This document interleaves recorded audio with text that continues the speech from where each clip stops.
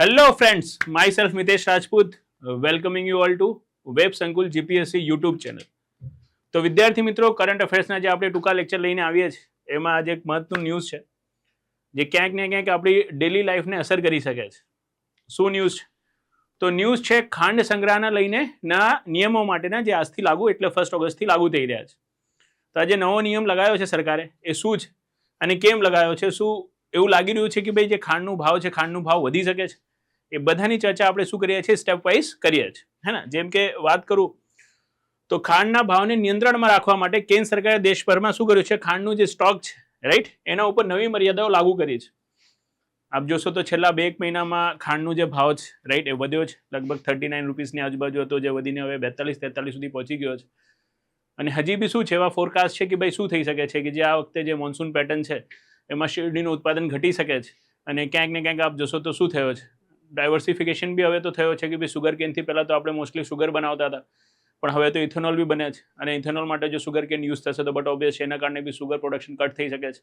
અને ખાલી ભારતમાં નથી, ગ્લોબલ લેવલ ઉપર, રાઈટ, જે સુગર છે, સુગર પ્રોડક્શનનું શું આવશે, કટ આવશે એવા એંધાણ છે. બિકોઝ ઘણી બધી કન્ટ્રીઝ હવે શું કરી રહ્યા છે, જે ઇથેનોલ છે, ઇથેનોલ પ્રોડક્શન ઉપર ફોકસ કરી રહ્યા છે. જેમ કે સુગર કેનનું બહુ વધારે પ્રોડક્શન બ્રાઝિલમાં બી થાય છે, તો ત્યાં બી ઇથેનોલ પ્રોડક્શન વધારવામાં આવ્યો છે. તો એના કારણે થઈ શકે છે કે ભાઈ સુગરનો જે ભાવ છે એ આંતરરાષ્ટ્રીય સ્તર ઉપર બી વધી જાય. તો ભારતમાં શું ના થાય કે સુગરનો જે ભાવ છે વધારે ના વધે, લોકોને આ જે જીવન જરૂરિયાતની વસ્તુ છે એને ખરીદવામાં તકલીફ ના પડે. એના માટે સરકારે કીધું કે આપણે શું કરીએ, સુગર માટેના નવા નિયમો જાહેર કરીએ કે ભાઈ આની જે સપ્લાય ચેન છે, સપ્લાય ચેન પ્રોપર શું થાય, મેન્ટેન થાય.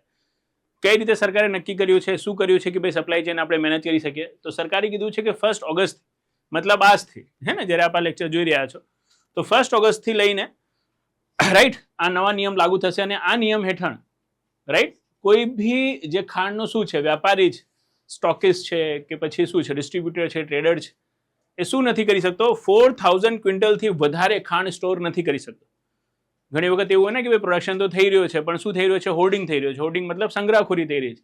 અને સંગ્રહખોરી કરીને કૃત્રિમ અછત ઊભી કરી દેવામાં આવે અને શું કરી દેવામાં આવે, જે પ્રાઇસ છે પ્રાઇસને વધારી દેવામાં આવે. તો જે સંગ્રહખોરી છે એને અટકાવવા માટે સરકારે લિમિટ લગાવી દીધી કે ભાઈ કોઈ બી શું નથી કરી શકતો, જે સ્ટોકિસ્ટ છે એ 4000 ક્વિન્ટલથી વધુ જે ખાંડ છે, ખાંડનો સંગ્રહ એક સમયે રાખી શકતો નથી, રાઈટ. અને 30 દિવસથી વધુ સમય નહીં રાખી શકતો. મતલબ સમજો આજે 1 ઓગસ્ટ મારી પાસે શું છે, જે 4000 ક્વિન્ટલ ખાંડ છે, તો પછી એવું નથી કે હું આ 4000 ક્વિન્ટલ લિમિટની અંદર છે તો રાખતો જ રહું, એવું નથી. 30 દિવસની અંદર આપણે શું કરવું પડશે, આને વેચી દેવું પડશે, કાં તો પછી શું કરવું પડશે, બીજા કોઈ જગ્યાએ સપ્લાય કરવું પડશે. તો 30 ડેઝથી વધુ તમે નહીં રાખી શકતા અને 4000 ક્વિન્ટલથી વધુ તમે નહીં રાખી શકતા. અને આ જે નવો નિયમ 1 ઓગસ્ટથી શું થયો છે, ઇમ્પ્લિમેન્ટ થયો છે, આ 30 નવેમ્બર સુધી તો શું રહેશે, અમલમાં રહેશે જ. આ જે સરકારે જાહેરનામું પાડ્યો છે, આ જે નવો નિયમ લાગુ કર્યો છે, એના માટે સરકારે જે એસેન્શિયલ કોમોડિટી એક્ટ 1955 છે એનો આધાર લીધો છે. અને સાથે સાથે સુગર કંટ્રોલ ઓર્ડર 2025 એનો આધાર લીધો છે.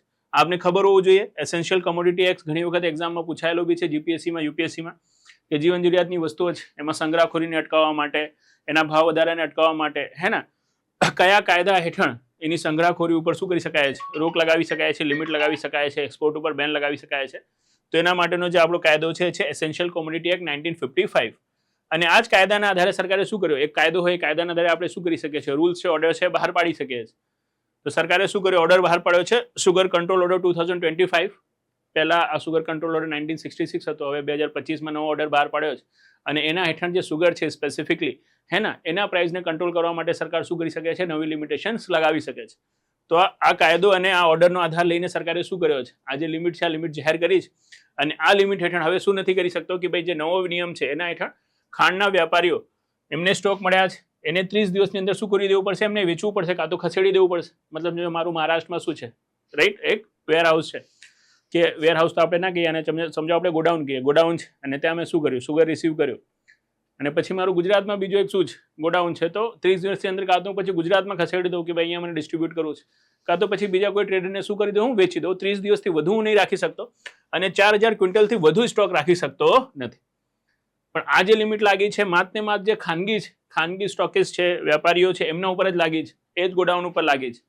જે સરકારની માલકી હેઠળના શું છે, સ્ટોક છે, અને સાથે સાથે જે પબ્લિક ડિસ્ટ્રીબ્યુશન સિસ્ટમ હેઠળ માટેના સ્ટોક છે, જેમ કે આપને ખબર હોય તો જે સસ્તા અનાજની દુકાન છે, હે ને, જેના હેઠળ પ્રધાનમંત્રી ગરીબ કલ્યાણ અન્ન યોજના હેઠળ શું મળે છે, ફ્રીમાં રાશન મળે છે, ત્યાંથી આપણે શું મળે છે, કંટ્રોલ રેટ ઉપર શુગર બી મળે છે, ચીની બી મળે છે. તો એ જે છે રાઈટ, જે પબ્લિક ડિસ્ટ્રીબ્યુશન સિસ્ટમ હેઠળ વેચવાની છે, એ જો સ્ટોક છે તો એ સ્ટોક વધારે રાખી શકાય છે, હે ને, એના ઉપર આ લિમિટ નથી. અને સાથે સાથે સરકારની માલિકીના જે ગોડાઉન્સ છે રાઈટ, જે સ્ટોક છે એના ઉપર બી આ લિમિટ છે નથી. તો પબ્લિક ડિસ્ટ્રીબ્યુશન સિસ્ટમ વાળું સુગર અને સાથે સાથે શું છે, સરકારની માલકીવાળો જે સુગર છે એને શું કર્યું છે, આને બકાત રાખ્યું છે. આમાંથી માત્ર ખાનગી લોકો માટે શું કર્યું છે, સરકારે લગાવ્યો છે રાઈટ. આગળ આપણે વાત કરીએ કે ભાઈ સરકારે એવું બી કીધું છે કે ભાઈ આપની પાસે જે સ્ટોક છે, જેટલું બી શુગર સ્ટોક આપની પાસે હોય છે ને, આપ જોશો તો જે DFFD છે રાઈટ, DFPD કહેવાય છે, department of food and public distribution. DFPD નું એક પોર્ટલ છે શુગર રાઈટ ડેવલપમેન્ટ ફંડ કરીને. તો જે SDF પોર્ટલ છે, DFDP પોર્ટલ બી એને કહેવાય છે, department of food and public distribution. તો department of food and public distribution જે છે હે ને, એનું જે પોર્ટલ છે એના પોર્ટલ ઉપર શું કરવું પડે છે, વેપારીઓને અપડેટ કરતા રહેવું પડે છે કે ભાઈ મારી પાસે કેટલો સ્ટોક છે. તો સરકારે કીધું છે કે ભાઈ આપ શું કરો, નિયમિત પડે અપડેટ કરતા રહો, એ પોર્ટલ્સ ઉપર અમને જણાવતા રહો. અને જો ઇનકેસ તમે જે જણાવ્યું છે પોર્ટલ ઉપર, DFPD ના પોર્ટલ ઉપર રાઈટ, અને અમે ઇનકેસ તમારે ત્યાં ચેકિંગ કરીને તમારામાં રાઈટ જો શું થયો, ડિફરન્સ આવી ગયો, તો આપને ઉપર શું લાગશે, જે હેવી પેનલ્ટી છે, હેવી પેનલ્ટી લાગશે. તો સુગર કંટ્રોલ રાઈટ જે છે એમાં ખાલી સંગ્રહખોરીને નથી અટકાવવા માંગતી સરકાર, સંગ્રહખોરી અટકાવવાની સાથે સાથે સરકાર સપ્લાય ચેઇન બી જોવા માંગે છે કે ભાઈ નિયમિતપણે જો અપડેટ થઈ રહ્યું છે DFPD પોર્ટલ ઉપર કે ભાઈ કેટલો સ્ટોક પડેલો છે અને સામે ડિમાન્ડ કેટલી ઊભી થઈ શકે છે, તો સરકાર શું કરી શકશે, નેસેસરી મેઝર્સ લઈ શકશે કે ભાઈ ચલો આપણો સ્ટોક શું થઈ રહ્યો છે, ઓછો થઈ રહ્યો છે, તો આપણે શું કરવું જોઈએ, અત્યારે જ ઇમ્પોર્ટ કરી લેવું જોઈએ કે પછી જે શુગર કેનથી ઇથેનોલ બને છે હે ને, કેટલા ટકા શુગર કેનથી તમે શું કરી શકો છો, ઇથેનોલ બનાવી શકો છો. એના માટે બી નિયમો સરકારે જાહેર કરે છે કે ભાઈ આટલી શેરડીનો ઉપયોગ તમે ઇથેનોલ બનાવવા માટે કરી શકો છો. તો ઇન કેસ એવું લાગે કે ભાઈ શુગરનું શું થઈ રહ્યો છે, જે સ્ટોક છે ઘટી રહ્યો છે, તો સરકાર શું કરે, ઇથેનોલ પ્રોડક્શનને થોડું કટ ડાઉન કરવાનું કહી દે હે ને. તો નેસેસરી જે મેઝર છે એ પહેલા જ લેવામાં આવે. એના માટે સરકારે કીધું છે કે ભાઈ જેટલું સ્ટોક છે શું કરો, આપ નિયમિતપણે અપડેટ કરતા રહો, જેનાથી અમને આ ખ્યાલ આવે કે આટલું સ્ટોક છે. અને ઇનકેસ તમે શું છે અપડેટમાં બી જો મિસચીફ કરો છો અને પકડાયા તો જીવનમાં હેવી પેનલ્ટી લગાવી દઈશું. તો આ બી સરકારે કીધું છે. એની સાથે સાથે રાજ્ય અને કેન્દ્ર શાસિત પ્રદેશો છે રાઈટ, એને બી આ છૂટ છે. આપને ખબર હોય તો એસેન્શિયલ કમોડિટી એક્ટ હેઠળ શું કરી શકે છે, કેન્દ્ર સરકાર અને રાજ્ય સરકાર બંને શું કરી શકે છે, 33 વસ્તુઓ છે જે શું છે સમવર્તી વ્યવસ્થાની છે, એના ઉપર લિમિટ લગાવી શકે છે. તો કેન્દ્ર સરકારે કીધું છે ભાઈ રાજ્ય સરકાર છે, રાજ્ય સરકારને છૂટ છે જ, અમે 4000 ક્વિન્ટલની મર્યાદા નક્કી કરી છે, રાજ્ય સરકાર શું કરી શકે છે, પોતાની મર્યાદા નક્કી કરી શકે છે. હા, પણ એ પોતાની મર્યાદા શું ના હોવી જોઈએ, 4000 ક્વિન્ટલથી વધુ ના હોવી જોઈએ હે ને. મતલબ ગુજરાત સરકાર એવું બી કહી શકે છે કે ભાઈ ગુજરાતમાં જેટલા બી શું છે શુગર ના વેપારીઓ છે એ 2000 ક્વિન્ટલથી વધારે સંગ્રહ નહીં કરી શકતા. તો દેટ ઇઝ ઓકે કે ભાઈ રાજ્ય સરકારનો ઓર્ડર છે. હા, પણ રાજ્ય સરકાર એવું નહીં કહી શકતી કે ગુજરાતના વેપારીઓ શું નથી કરી શકતા, 5000 ક્વિન્ટલથી વધુ સ્ટોક નથી કરી શકતા. સેન્ટરે 4000 ક્વિન્ટલની લિમિટ લગાવી છે, તો આપ એના કરતાં ઓછી લિમિટ લગાવી શકો છો, વધુ નહીં લગાવી શકતા. આ સરકારે સ્પષ્ટપણે કીધું છે હે ને. જ્યારે રાજ્યો અને કેન્દ્ર શાસિત પ્રદેશો સ્થાનિક સ્ટોક અને વેચાણની મર્યાદા નક્કી કરી શકે છે, પણ તેઓ કેન્દ્ર દ્વારા નક્કી કરવામાં આવેલી મહત્તમ મર્યાદાથી વધી શકતા નથી. તો આ ક્લોઝ બી સરકારે નાખી દીધું છે.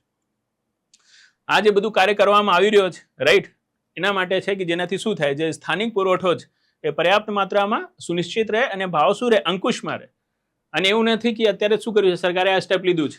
આના પહેલા આ વર્ષની શરૂઆતમાં સરકારે શું કર્યું હતું, જે એક્સપોર્ટ છે રાઈટ શુગરનો, એ શુગરનું એક્સપોર્ટ અટકાવી દીધું હતું. એસેન્શિયલ કોમોડિટી એક્ટનો સહારો લઈને શુગર એક્સપોર્ટ ઉપર બેન લગાવ્યો હતો.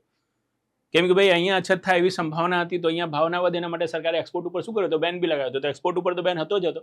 હવે શું કર્યો છે, સ્ટોક લિમિટ ઉપર બી સરકારે શું કરી છે, જે લિમિટ છે લિમિટ જાહેર કરી છે રાઈટ.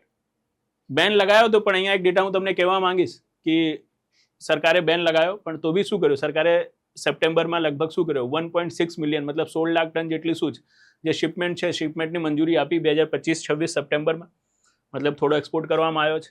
એની સાથે સાથે ઇસ્મા જે છે રાઈટ, ઇસ્મા કીધું છે કે ભાઈ ઇથેનોલ ઉત્પાદન માટે ઉપયોગમાં જે ખાંડ લઈએ છીએ અમે, મતલબ ઇથેનોલ ઉત્પાદન માટે જેટલું અમે શું કરીએ છીએ શુગર કેન ઉપયોગમાં લઈએ છીએ, એને ઉપયોગમાં લીધા પછી પણ જેટલાથી અમે ખાંડ બનાવીશું રાઈટ, એ ખાંડ શું થશે, એનું ઉત્પાદન છે એ વધશે હે ને. 29.3 મિલિયન ટન જેટલો થશે, જે 2024-25માં શું હતું 26.12 મિલિયન હતો. તો એમને કીધું કે ઇસ્માએ કીધું છે કે ભાઈ શું નથી, કોઈ વધારે જીવનમાં ચિંતા કરવાની જરૂર નથી રાઈટ.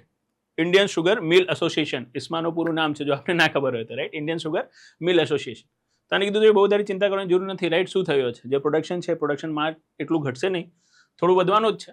પણ તો બી સરકારે શું કર્યું છે, કહેવાય ને કે પ્રોફાઇલેક્ટિક તરીકે રાઈટ, આ જે લિમિટ છે આ લિમિટ્સ લગાવી છે રાઈટ.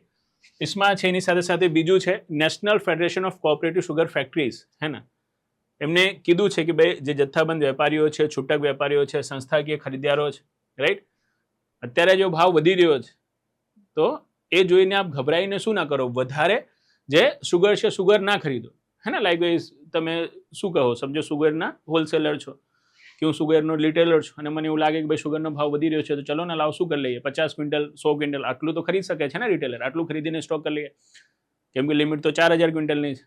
અને તમે વિચાર કરો કે કિરાણા સ્ટોરવાળો જો 100 ક્વિન્ટલ ખરીદવા લાગે તો જીવનમાં શું થઈ જશે, ઓટોમેટિક અછત થઈ જશે, છે કે નહીં. ડિમાન્ડ એકદમથી વધી જશે અને પ્રાઇસ શું થશે, વધી જશે.